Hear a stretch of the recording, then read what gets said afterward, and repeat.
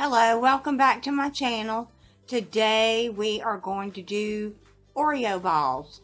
This is a collab video with the YouTube Mommy Meetup group.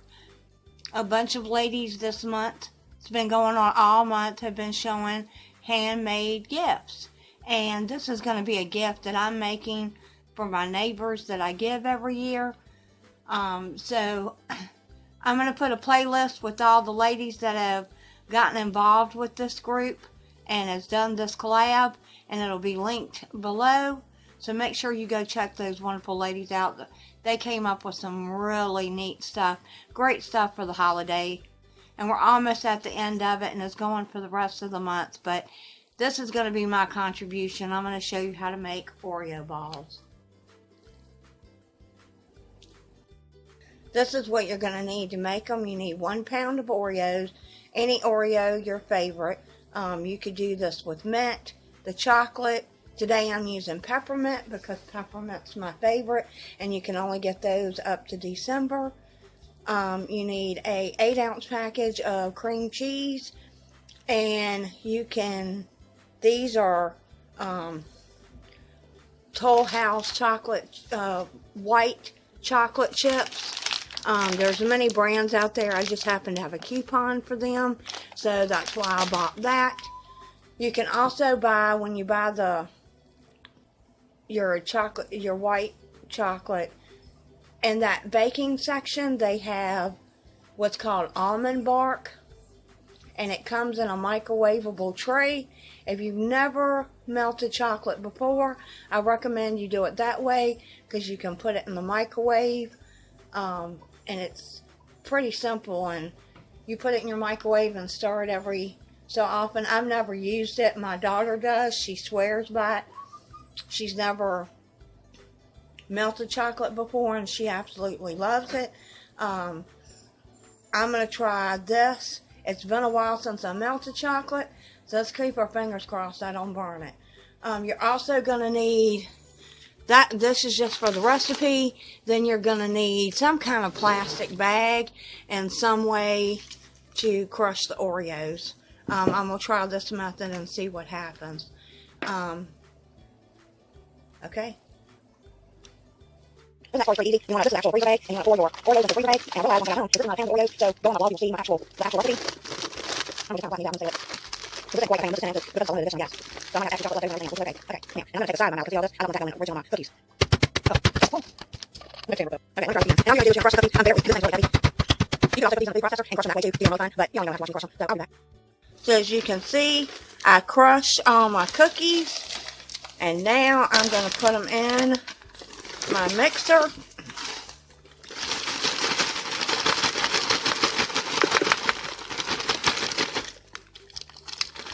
Another way you could have done this with wax paper.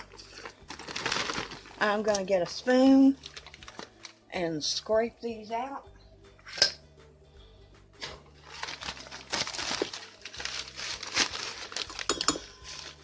And I'll be back.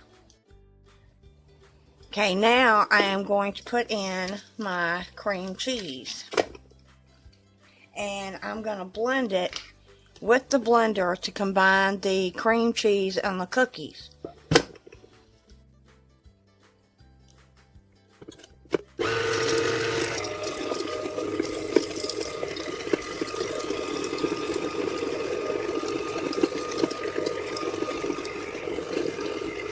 And I meant to mention actually salting cream cheese. I should have said that earlier. That was great.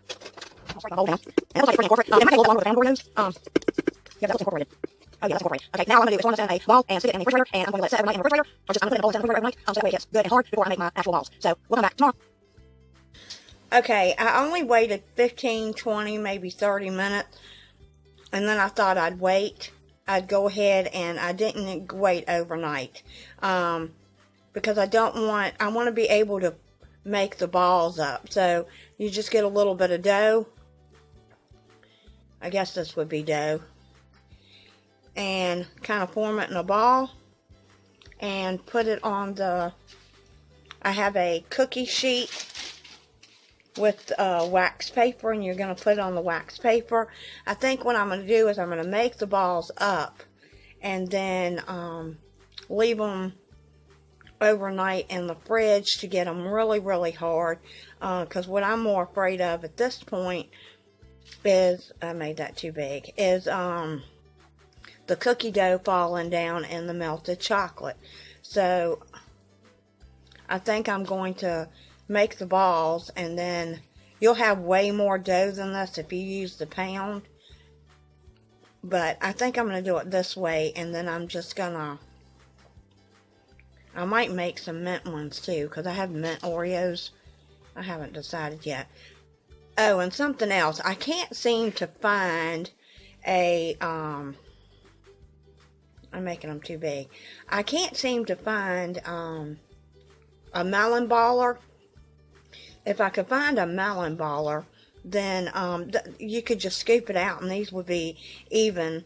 Each one would be even. That's the size I'm trying to get. It's about that size right there. Is what I'm trying to get. I'm not attempting that, but anyways, that's what you're going to do. You're going to sit here and make all the balls, and then it's going to go back in the refrigerator. This time I probably will do it overnight so they get really, really hard, because I don't want cookies in my white chocolate. And I think if I get them really hard, that would work. So, okay. Now I'll be back tomorrow. And then that way it should be good and firm to go into the chocolate. Okay, now I am going to melt the chocolate. I don't have a double boiler. If you have a double boiler, that would be better. But I am using a pot and a glass bowl. What you want to make sure when you're doing it this way. Oh, I hit the camera. Okay. You want to make sure that the water is not hitting the bottom, which it is a little bit. So let me dump some of it out. You want to make sure your water is not hitting the bottom of your bowl. What's going to melt the chocolate is, I cut the wrong eye on. Let me get the right eye on. What is melting the chocolate is going to be the steam. Now I'm going to use a cup of morsels to start out with. I'd rather do this in small batches because I don't have that many Oreo balls. And so I'm going to use, and so I've got my heat on. It's between low, so it would be like on 1. It's at a low heat, is what they call for. So what I'm going to do is put this on time lapse so you can watch it melt. Okay, what I'm doing is I'm kind of getting it warm up. See, that's hot. I took the morsels off to get the water hot, and now I'm going to bring it back down. It says you want the water hot but not boiling, and so and it's starting to boil, so I've got to let it cool down. I figured that get it up to where I need it to be, and then I'm going to put my chocolate back.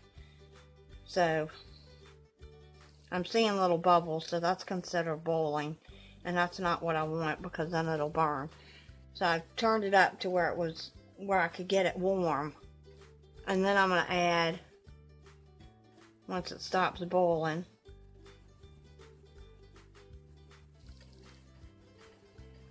it says it should be hot but not boiling. So we're going to try it now. I'm going to put you on time lapse.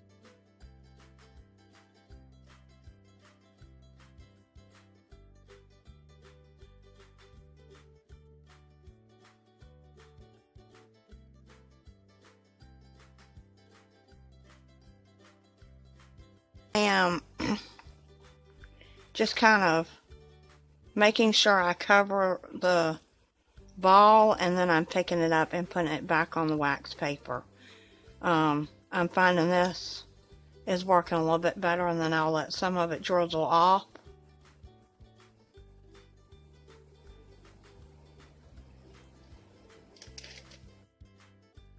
Okay, so there's my Oreo balls. They're not completely perfect, and that's okay. I ran out of white chocolate, and I only did the small little batch.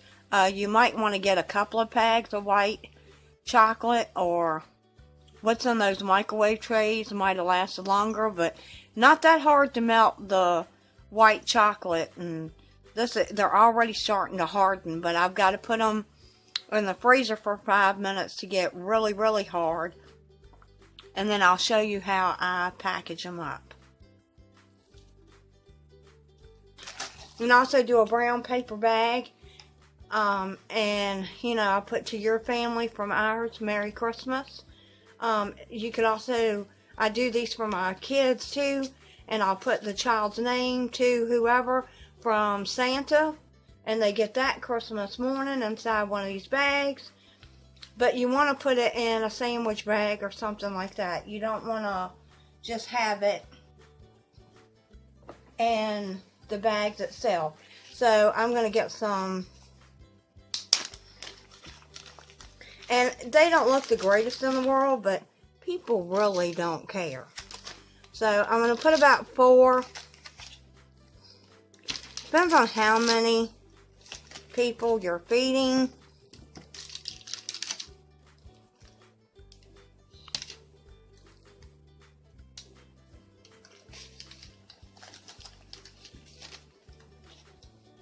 Well, let's do 5 for good measure. Okay. And I'll probably be giving some other things as well. Then it goes inside this bag.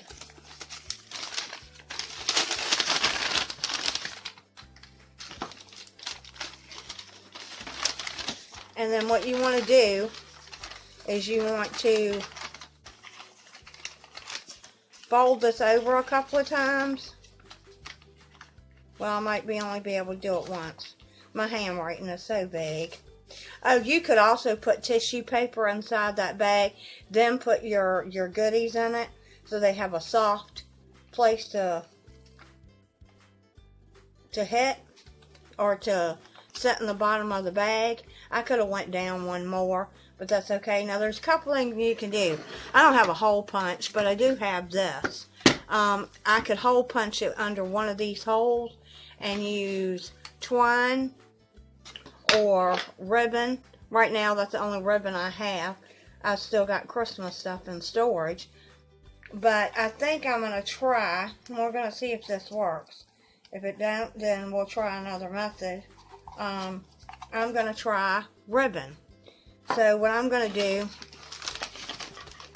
is I'm going to cut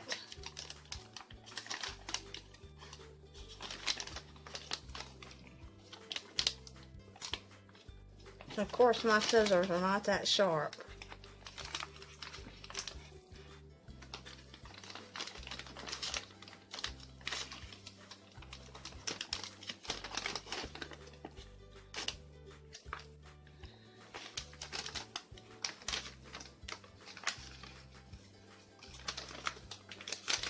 Well, you need a sharp pair of scissors to do this.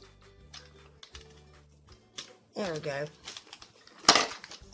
And cut little slits for the ribbon to go through. I like to do this with, which during the holidays I am going to do a thing about wrapping gifts.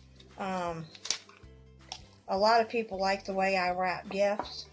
So I am going to be doing a series, or I'm going to be doing a video on that. So keep your eyes open for that, because that's coming. And then I had to get the tape off of it. Just however much ribbon you think you're going to need. And you want to cut it. This has got wire in it.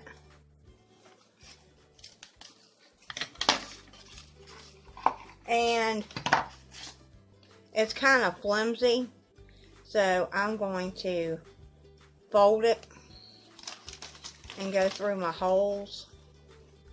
No, actually.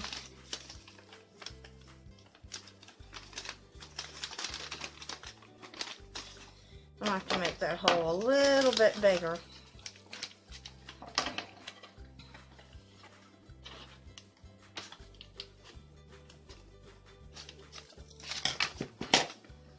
And like I said, if you don't want to cut it, you can always just use a hole punch. It's a little bit easier.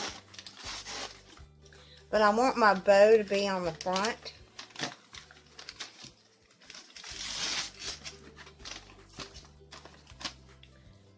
And the way I do my bows is I make my hoops first. And then I make another hoop on this side. This is a little bit, you want to make like bunny ears. And then you want to tie the two bows, the two bunny ears.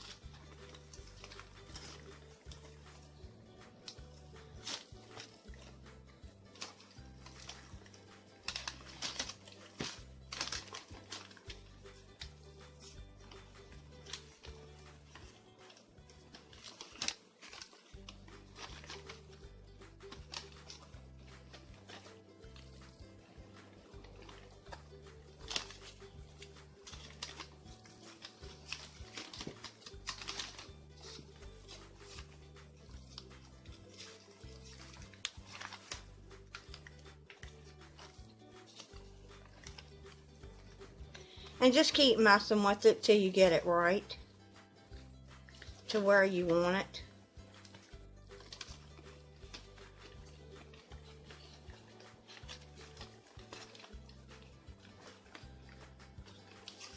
Normally I don't use a wire bow on these. I normally use the twine, but I figured I would do something different. And then you want to cut your tails. It's a little harder. You want to fold them in half. And then cut at a diagonal. I like to do it once it's on. My scissors is not cutting good at all. These are not a sharp pair of scissors at all. That's why they're doing what they're doing. So make sure you have a good pair of fabric scissors. You know, my mom told me something one time. If you use scissors just for fabric, don't use them for anything else. And they'll always stay good and sharp. But isn't that a cute little way?